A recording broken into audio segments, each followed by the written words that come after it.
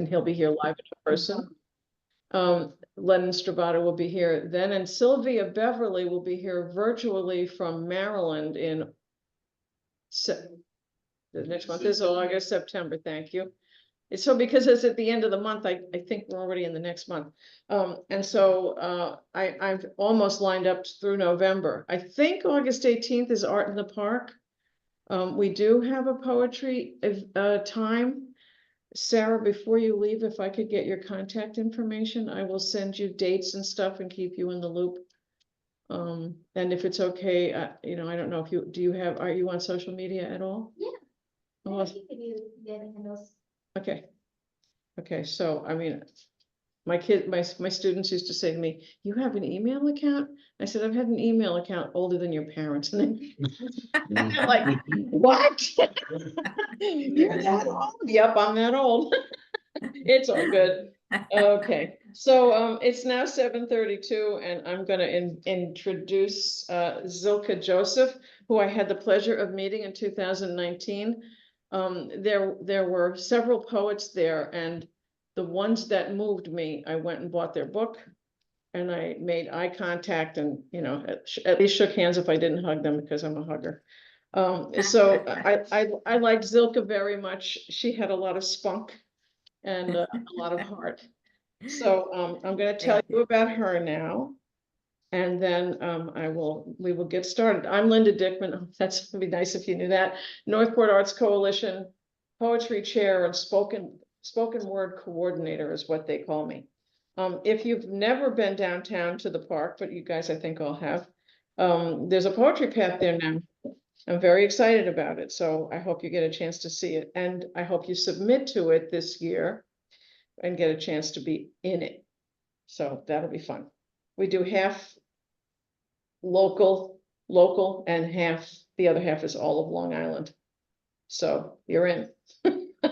Okay, Zilka Joseph was born in Mumbai, lived in Kolkata, and now lives in Michigan. Her work is influenced by Indian and Western cultures, and Zilka, is it Bene Israel or Bene? Bene Israel, yes, Bene Israel. Oh, I got You it. could say it both Israel ways, roots. Bene Israel. She is widely published poet, and her poems have appeared in journals such as Poetry Magazine, Kenyon Review Online, Asian Literary Review, the Bombay Literary Review, as well as several international anthologies. She was nominated for such awards as Pan America and Pushcart, and has been interviewed on NPR Michigan Radio and podcasts such as Rattlecast and Culturico. Her chapbook, Sparrows and Dust, won a notable Best Indie Book Award and was a notable Asian American poetry book. Her books, Sharp Blue Search of Fame and In Our Beautiful Bones, were Forward Indies Prize finalists. The University of Michigan awarded her a Zell Fellowship, the Michael Gutterman Prize, and the Elsie Choi Lee Scholarship. Sweet Melita, her new collection of poems and prose, was published in the US in February of 2024. It will be published in India in November of 2024. Wow, that's cool. Yeah. Currently, she is a creative writing coach, a manuscript advisor, and a mentor to writers in her community. And she's, you know, her address is real easy, Zilka Joseph, www.zilkajoseph.com. So it is now 7:34. And Zilka, you are on. All right. Hi, everyone.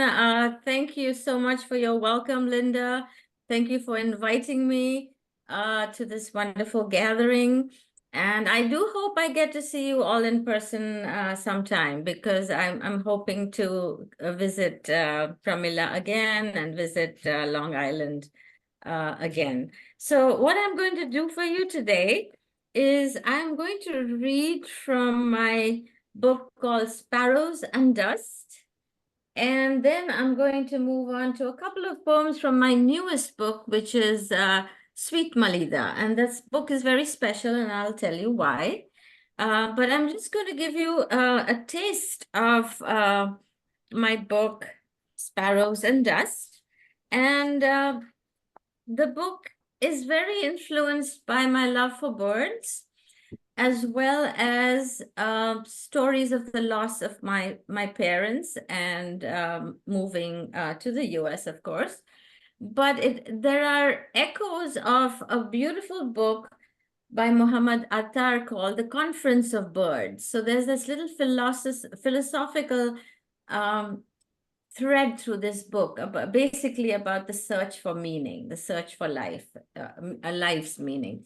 So what I'm going to do is I'm going to begin with a little poem called Negative Capability. Some of you may recognize the term from John Keats's theory of how one becomes the other, how one can transform into the other. And this is about a little sparrow. The wind has blown you here again, brought you to my deck.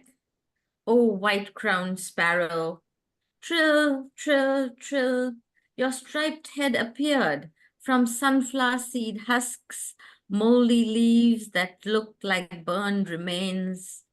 Pick, pick, picking, scratch, scratch, scratching, clawed feet, kick high, fast, glean gold, rising from these soggy piles.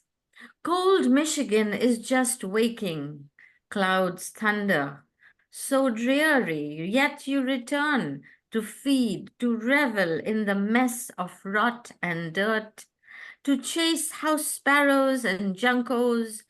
Oh, how the cardinal, the red-winged blackbird give you grief. Still, they cannot faze you. For a few days, O winged visitor, I will claim you, you who are like one who crosses back from another realm.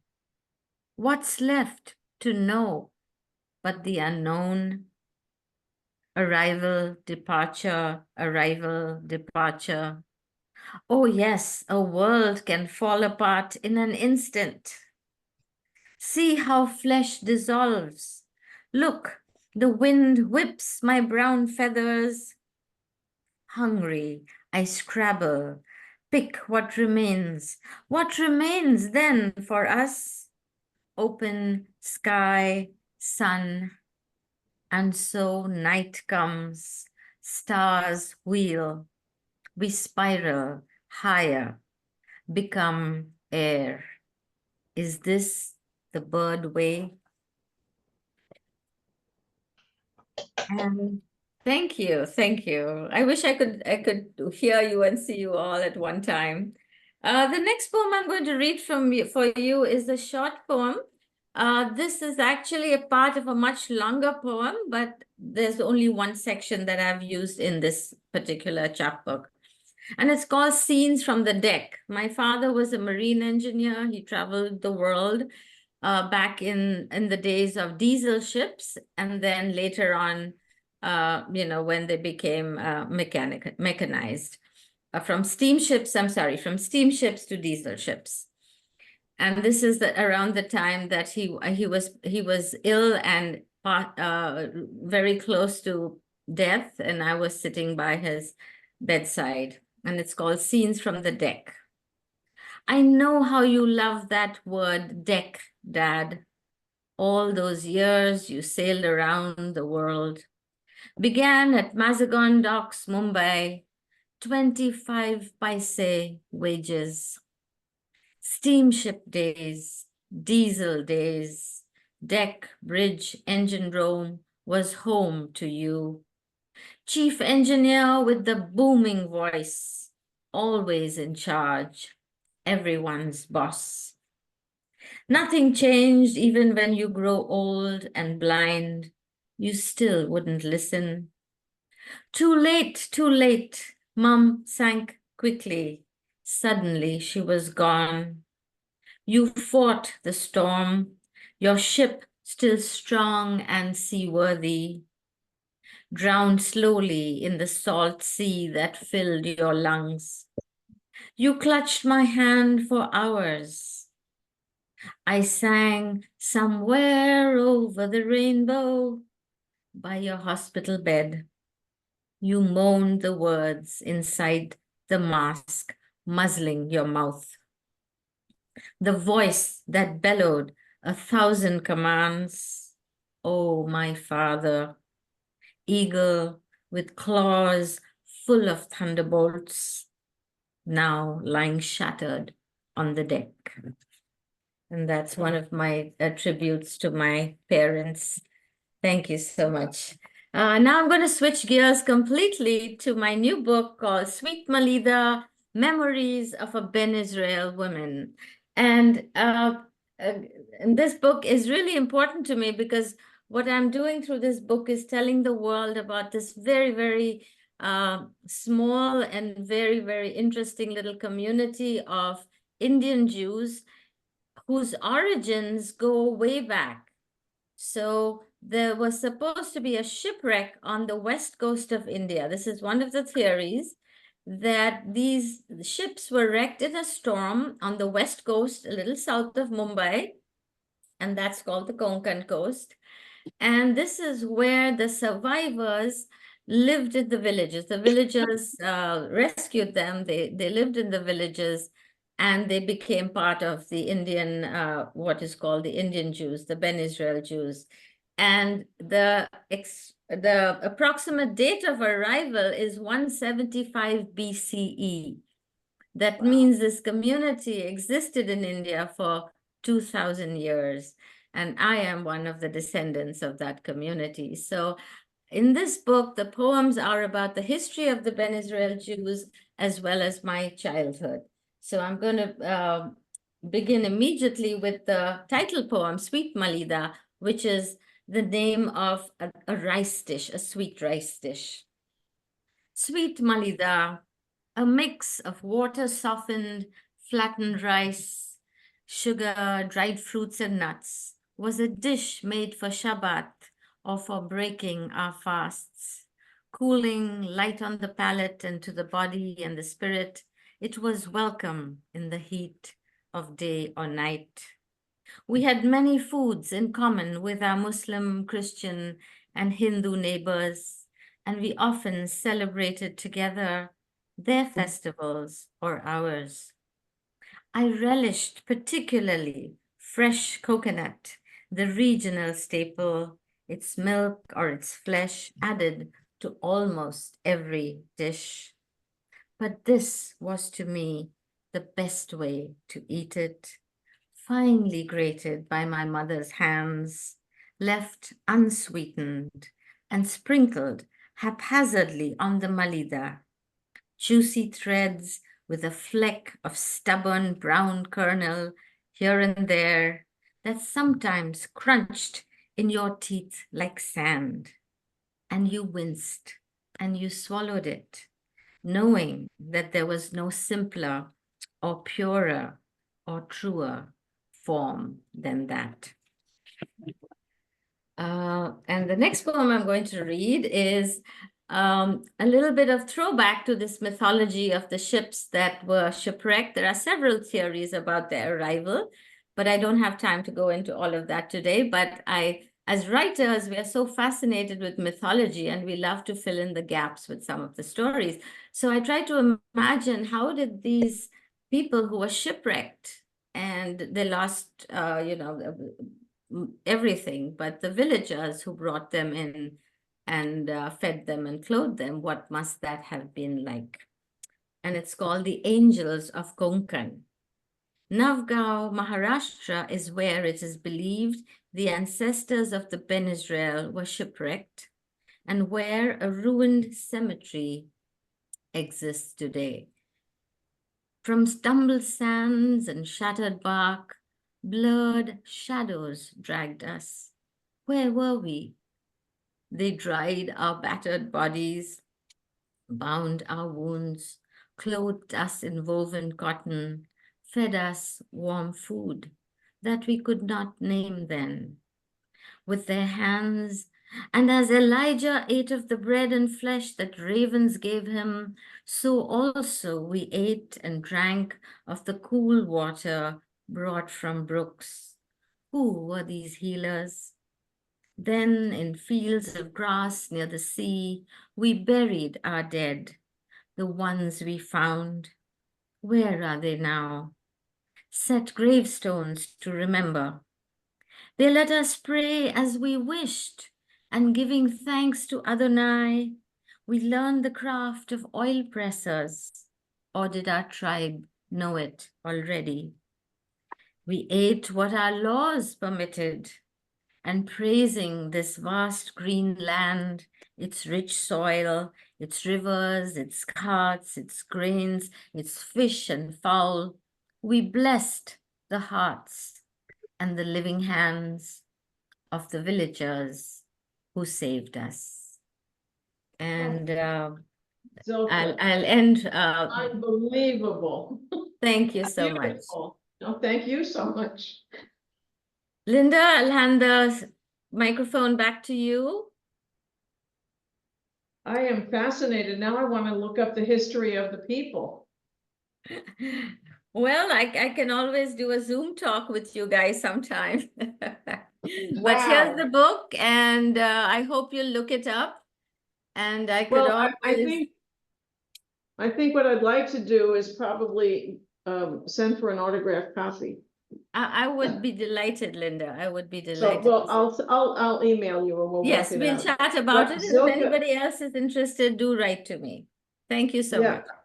I will tell you that you and Usha and Yogesh just touched my heart so when I met you 5 years Thank ago. you And so much. that's Thank what you, stuck Linda. with me to call you. So I'm so glad I did. Thank you so much. Thank Okay. you so much. I could talk to her forever, but you're here to read too, so I think it would be nice if you guys read.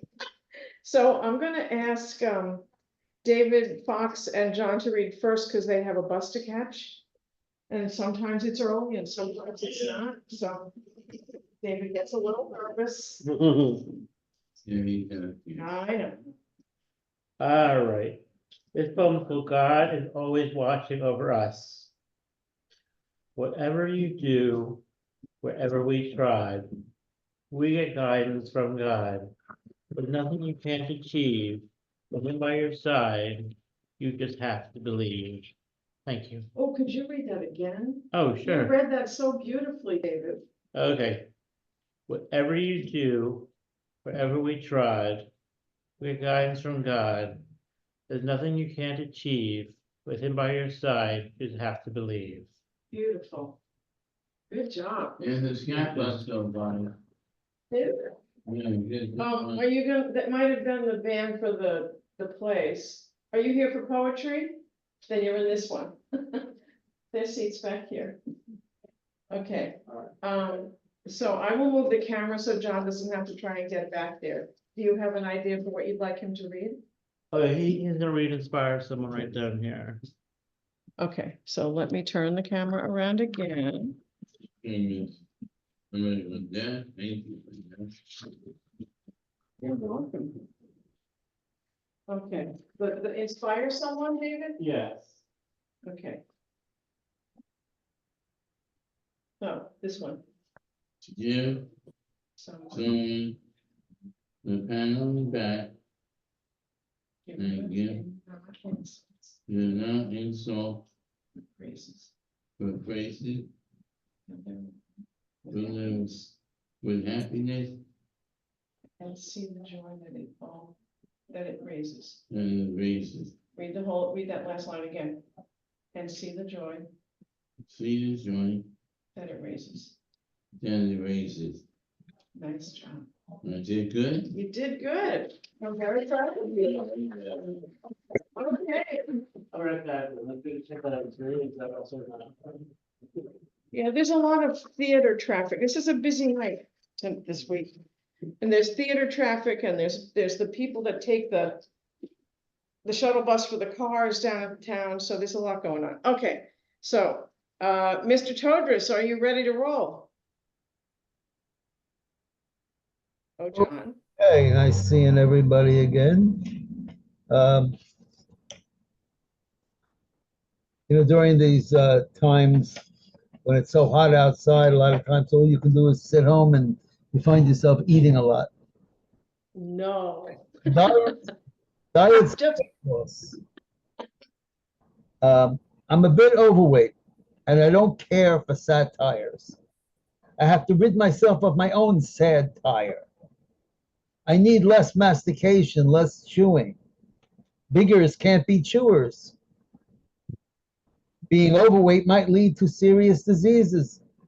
The fish, bagel, and Hamantash and police should arrest me. That high-calorie thing a donut. We should call it a don't nut.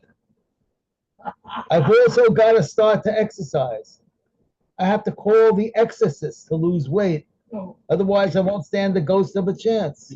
Jenny Craig has both a woman's and a man's name. Maybe she eats for two. Then there's the Nutrisystem. It sounds like a septic tank. The best diet is no flour and no sugar. You got to get defloured to not miss sugar. I love to be able to get into my thin clothes. My thin clothes stick to a diet better than I do. Course deep in my thighs, old fat cells hide out in me. I've got to get thin.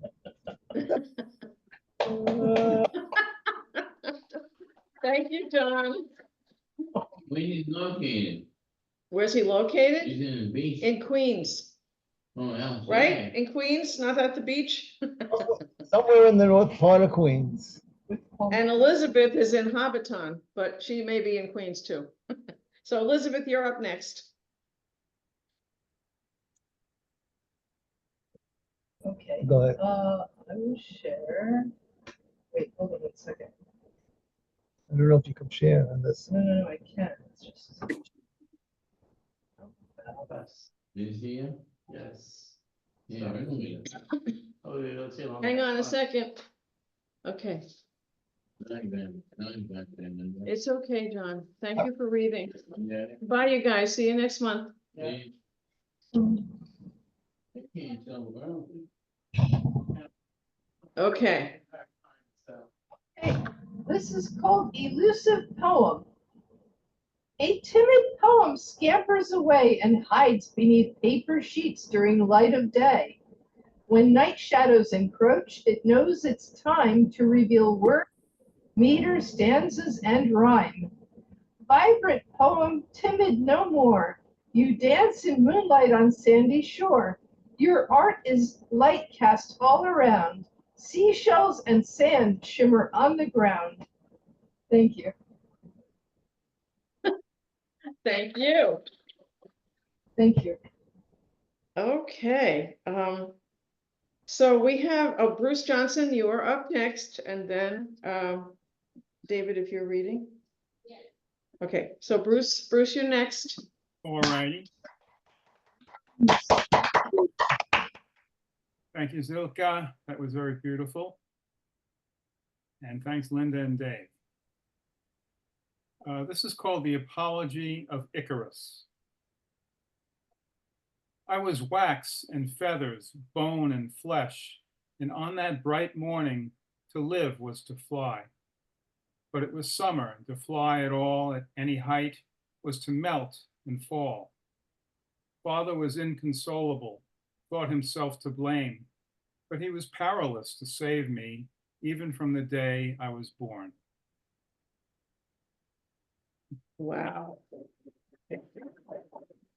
I think you were waxing wise there, Bruce. Thank you so much. Okay, so David, you're not reading this evening? Not yet, okay. So we have an unexpected treat. We have our Suffolk County Teen Poet Laureate, Sarah Goodman, here to share a poem. Come on up. I'm so happy that you're here. Hello, everyone. I'm very happy to be here, and it was especially beautiful getting to listen to your poem, Zilka. I'd love to connect Thank with you. as you. well. What a pleasure to see you and hear you. Yeah. All right.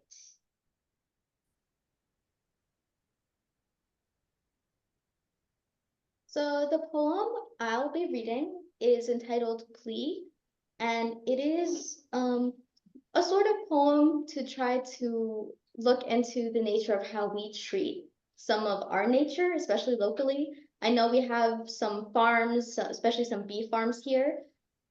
I'm not a fan of bees myself, but hopefully that outlook will change. So, plea. For all I have done. I from whose adventures flowers do bloom. I who brings forth life like a mother's fertile womb, whose nectar sweet honey for any your use. For all I've done, I thought we might have drawn a truce. Yet it seems you only find me in mind an obtrusion. Allow me to clear whatever fogged in this confusion. It's I who brings forth your fruitful yield, who sprouts the grasses for your springtime fields. It's I, grants tribute, sweet treat and remedy, who gifts you even my home, so in yours light may be. For all I've given, for all I can bring, you cannot be content, you fear my staying. Now I hope in time you'll answer my plea. I beg only of you the right to be free and me, a thing so hard to be when every time you fear the bee. Well, thank you so much. I mean, this is not usually something I would say, but this is our first meeting, and I will tell you, you are articulate, you are well-mannered, which I didn't not expect, but the way that you approached your reading, absolutely beautiful. No, thank you. I look forward to talking to you more. Okay, I know Judy's taking notes over there. Margaret's taking notes. Okay, Bianca, did you want to read something? Sure. Okay, what's your last name? Alan, How do you spell that? Awerman. Thank you. Come on. Whoops. Come on.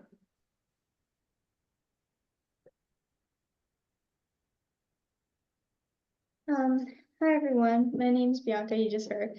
I'm reading something called A Story Untold.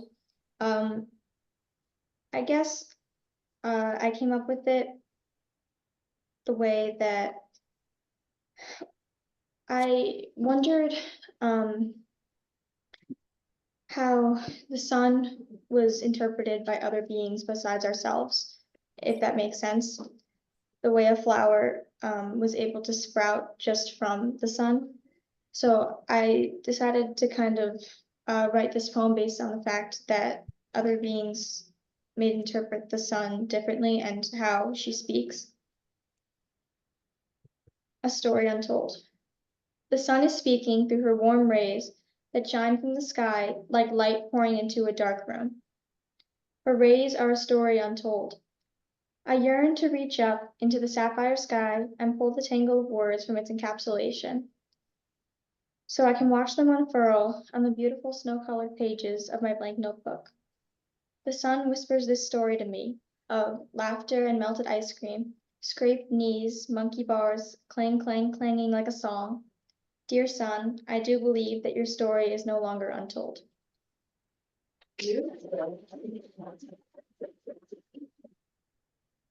Thank you so much. Also beautifully, beautifully done.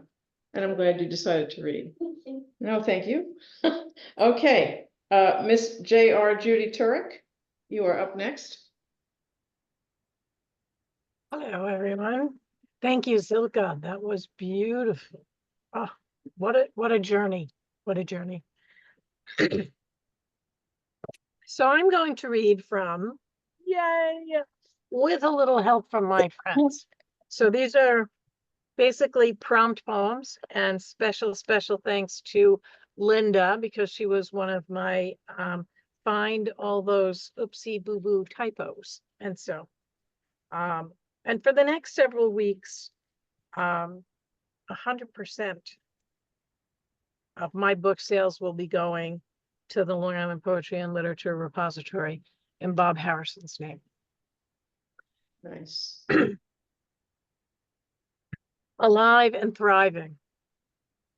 I will not risk losing today with the vibrant envelope full of exciting possibilities, because the talons of yesterday resist releasing their grip in a vain attempt to stop time.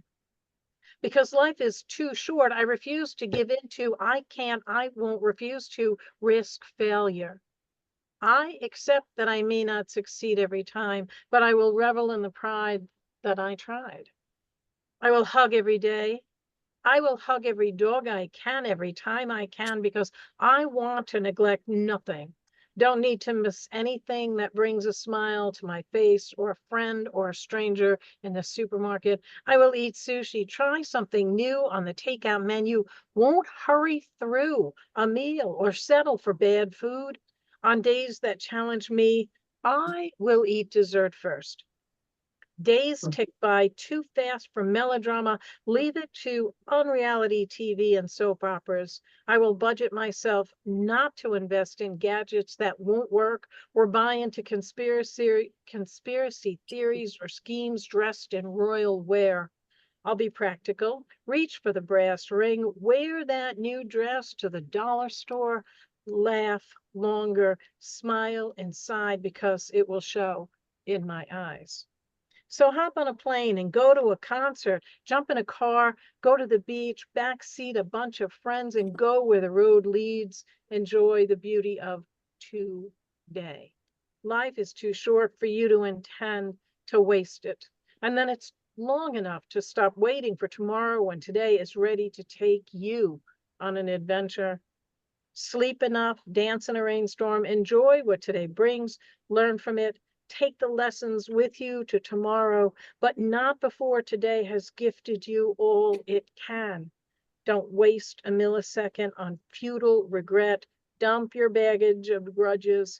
Don't sweat the small stuff, and it's all small stuff in this big world. The bus, train, plane, car, pathway to tomorrow isn't due for hours, so don't wait for me there. Come on. Skip to the loo, my darling. Hurry up, slowpoke, move it along, little doggy. We're on our way to today, and there's no stopping us now. Be positive. Life isn't too short. It's precious. And that's with thanks to Diane Barker, Pat Beach, Bonnie Campbell, Rick Christensen, Nas Cocker, Megan Dausch, Linda Trott-Dickman, Joe D., Dylan Ferrara, Maureen Hadzik, Spizek, Denise Kolanovic, Myra Levine, Mike O'Keefe, Mariana Orso, Jim Romano, and Margaret Wall. And that was from June 1st of 2021. Thank you. I think I'm gonna start calling you Eat My Purple Dust, Turek, because you just never stop. Never stop. I think you write in your sleep. I really do. Thank you. I Love do. the purple. I just can't Love the transcribe it. purple. Say again? I said, love the purple and love the purple hair. Yeah. Okay, so yeah, me too. And she has her own blend. Okay, Margaret, you are up next, and Emmy Sue, you're gonna follow Margaret. Hi, everyone. I'm greetings from pet sitting. I hope my cat and dog friends don't bark during the middle of this. I'm going to read a poem. I write a lot of elegies. Zilka, your poems were beautiful. Thank you so much. This one's in honor of Shannon Doherty, called Fly Shando. My refund came through, followed by my tears, for all my plans I had in meeting you, this brave beacon who shined at 90s Con, a warrior who battled breast cancer until its end. You were the cheerleader for my friends facing this disease head on. None of us were prepared for you to lose. Our Jenny Wilder is now gone from Little House. We'll miss our Chris Witherspoon from our house. Heather's has one less Heather today. We will always love you, Brenda Walsh, as you reunite with Dylan McKay from that famous zip code. I hope Maggie Moline has found their fun. Girls just want to have fun, and you earned yours. Prue Holloway will always be the bravest of all the sisters, and we'll never forget how you charmed us. Thank you, Dobbs, for your courageous fight. Go ahead to the fortress in the sky. Thanks for all the great roles you gifted us. Your memory carries on inside podcasts. It'll be our role to remember the sweet sounds of your voice. The future will have you inside repeats on screens, and they will see your beauty, vision you, this Black Irish angel. None of us will forget the pale blueness of your eyes. You've closed now. Fly, Shando, fly. Go forward. The battle is over. You have a new role to play. Wow. Thank you, Margaret. That was lovely. I now I know more about her than I knew before. I didn't know that I knew who she was. Now I know. Okay, Emmy Sue, you are up next. Followed by Okay. Jane. Hi, everyone. Thank you, Zilka, for sharing your work. Thank you, Linda and David, for hosting. I'm going to read one that was just published in the Closed Eye Open Maya's Micros, and it's called Yellow Arm of Destruction. The backhoe, Shiva, the destroyer in disguise, pounds the earth in an arc around a tree of a certain age, the last one standing in what has been rendered a sand pit where they say a hotel will rise. Will it cast cool shade in summer, exchange oxygen for carbon dioxide, offer a home and sustenance to wild things without wallets? I am parked just a wobbly fence away. The vibrations traveling underground make me worry which way the tree will fall. I ask Vishnu the preserver to stand guard while I go inside for my appointment, and wonder why Brahma the creator thinks our town needs another hotel.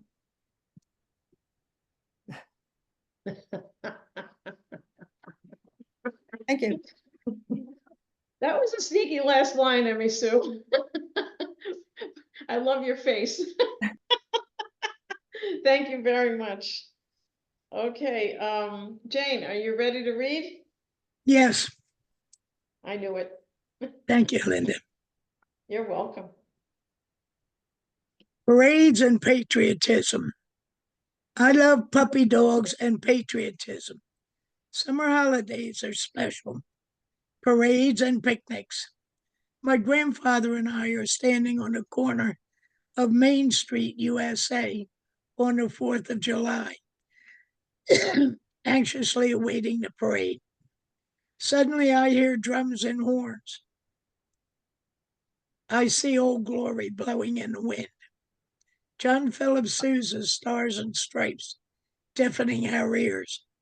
Military men dressed in uniforms, marching side by side, carrying their appropriate flag. I am proud to be an American as Old Glory goes by. I also bow my head and remember those men and women who gave the ultimate sacrifice for the U.S. to be free. God bless the USA.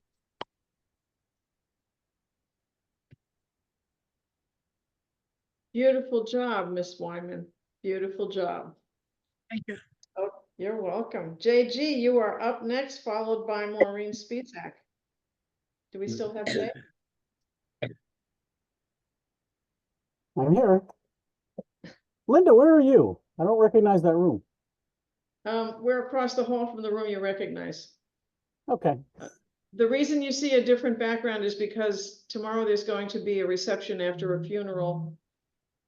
And we were asked to move.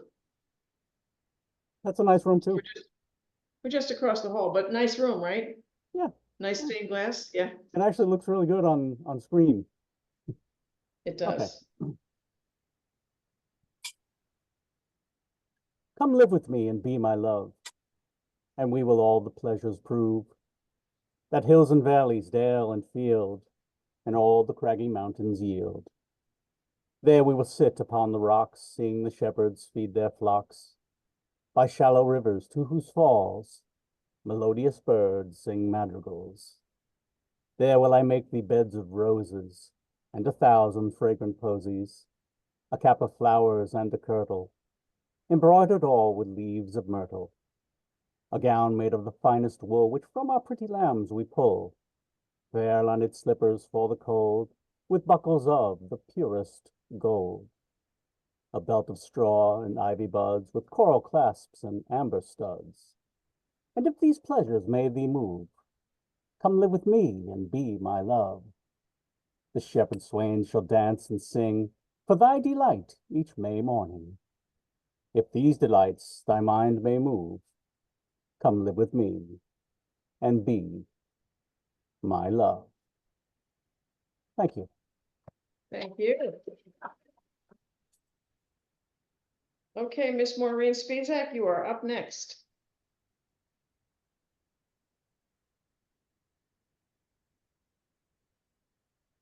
There. Now you can hear me. Yes. Thank you. Good evening, everyone. Thank you, Zilka. Your poems were beautiful. Prayer. Darkness surrounds me. I lay in bed and pray. Our Father who art.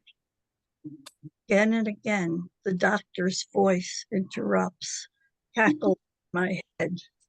This is not good. Our Father, heaven, why can't I remember?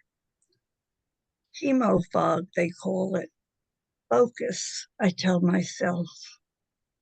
But my mind floats away. Silence lay thick as death. Out of that silence, a sound stirs. Peace settles over me. I heard my prayers, not in my voice, but in the voices of friends, family, colleagues, acquaintances, and even strangers. Their words floated in the air. Their hearts beat in my chest. Their voices were of all faiths and of none. They came from temples, synagogues, mosques, and churches. This bottomless well of love lifted me, cradled my spirit, and carried me forward. Thank you, Maureen. Ladies, I'd like to know, are you poets / and are you interested in reading? Yes and no?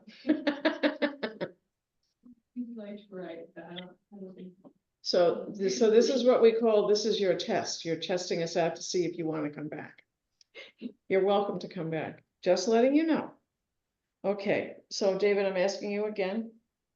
You have another person. Oh. Online. Oh, Interesting. Patrice. Patrice Smith, are you interested in reading? Can you hear me? Yes. Yes. Oh, okay. Actually, I didn't prepare a poem to read today. I thought I was going to listen to Hiram LaRue. He sent me the link. Oh, Hiram will be August 10th at All Okay. Souls, and he featured for me last month. Oh, I'm in the wrong month, huh? Well, that's I all got right. We're glad I- we're glad you're here, and we're glad you stayed. Yeah, I'm enjoying the poetry. I am a poet, but I don't have a poem ready to read this evening. I was actually listening and engaging in something else, and now I've lost you. I'm on my phone, but I could bring one the next time. Okay, that would be great. I'm glad we got you, no matter what. Okay, here I am. And next, in September, Lady Di will be reading. Sylvia Beverly, do you know her? Yes, I do. I know the Oh, whole yay. group of them. Yes. Yeah, So I she's think pretty I saw amazing. on the link that's the 28th of September or something like that. Yes, ma'am. Yeah, I think I'll be out of So, town, but I definitely will try to join in August. okay, I look forward to seeing you again. Okay. I'm gonna read, and then I'm gonna let Zilka come back on. Okay. I wrote this one on a recent vacation in Maine. It's called The Stone Fresh Crust of Maine.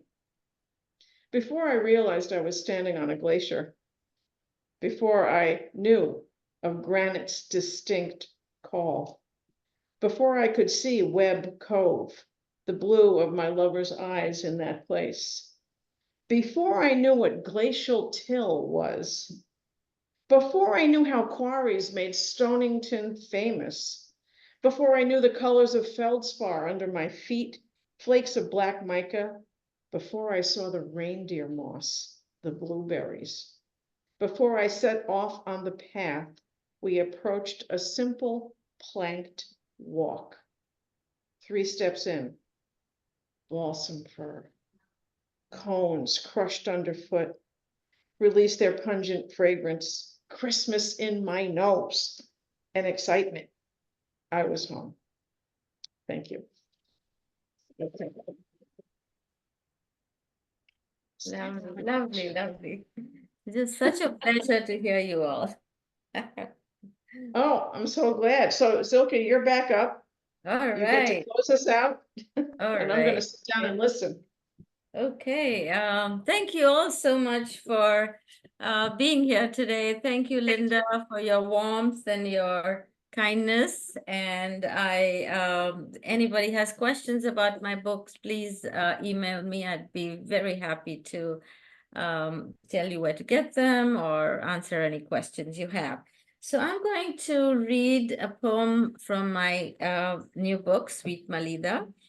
And the poem I'm going to read is a pantoum, which some of you may have tried to write or have written already.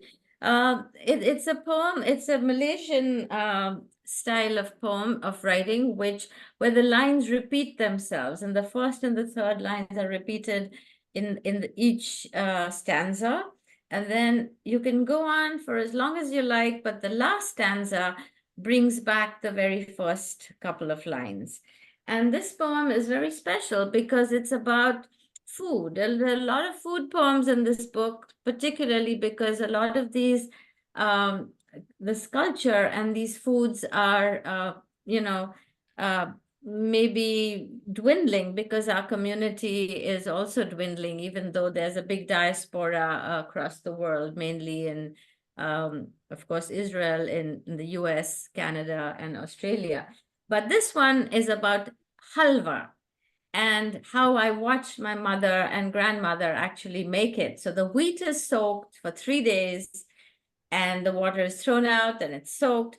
And then this thick white resin almost is squeezed out, juice is squeezed out of that wheat. And that's not an easy job. And then that wheat is, the juice is boiled down. And if any of you have made halwa or even, very thick jam, you know how much you need to stir it. So this is where I'm imagining what it might have been like for the community that was shipwrecked in India.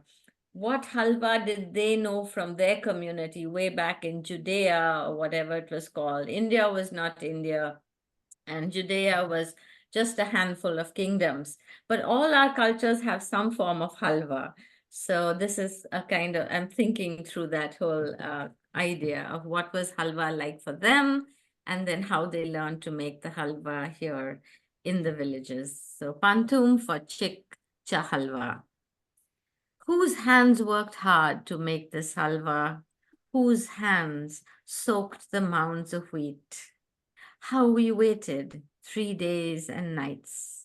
How chick was extracted from grain. Whose hands soaked the mounds of wheat, knew each step of the recipe, how to squeeze the chick from grain, to slowly boil the thick beads of juice. Did they learn each step of the recipe from a new culture, from a new land, to slowly boil the thick beads of juice? Did they miss loved ones left behind? From a new culture, from a new land, did they taste their ancestors' food? Did they miss loved ones left behind? Those lost in the deluge, shipwrecked.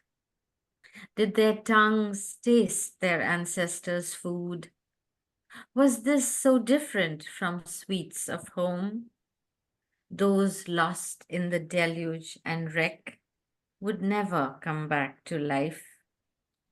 So very different from sweets of home, sugar, coconut milk, colored pink thickening. Those lost in the deluge, shipwrecked, would their spirits whisper old recipes? Sugar, rose-tinted coconut milk thickening, tired arms, bated breath, silky cubes cooling. Do spirits whisper old recipes in a new land, new life, new history? Tired arms, bated breath, silky cubes cooling, sprinkled with poppy seed, slivered nuts. New land, new life, new history, food and ways you made your own, sprinkled with poppy seed, slivered nuts. How we waited, how we waited. The food and ways you made your own, your hands working hard to make this halwa. Thank you so much, and good night, everyone. Thank you.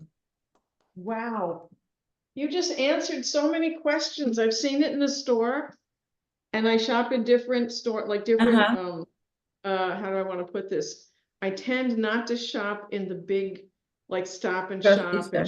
right. I tend to shop in the IGA and little mom and Right. pop stores. And I've seen this my whole life, never knew what it was. Never And had a there friend. are different kinds of halwas. So you Of can go course to there are. different communities and taste different halwas. Now I have to ask my girlfriend who is Jewish if she has a recipe, because her husband makes all these things. Well, if they're Ashkenazi or Israeli, then it'd probably be sesame. I will find out. Yes, yes. How interesting. I know that about the different populations and the different groups, but I don't know which tribe, I don't know which anything, other than the fact that they are Jewish and they are practicing Jews.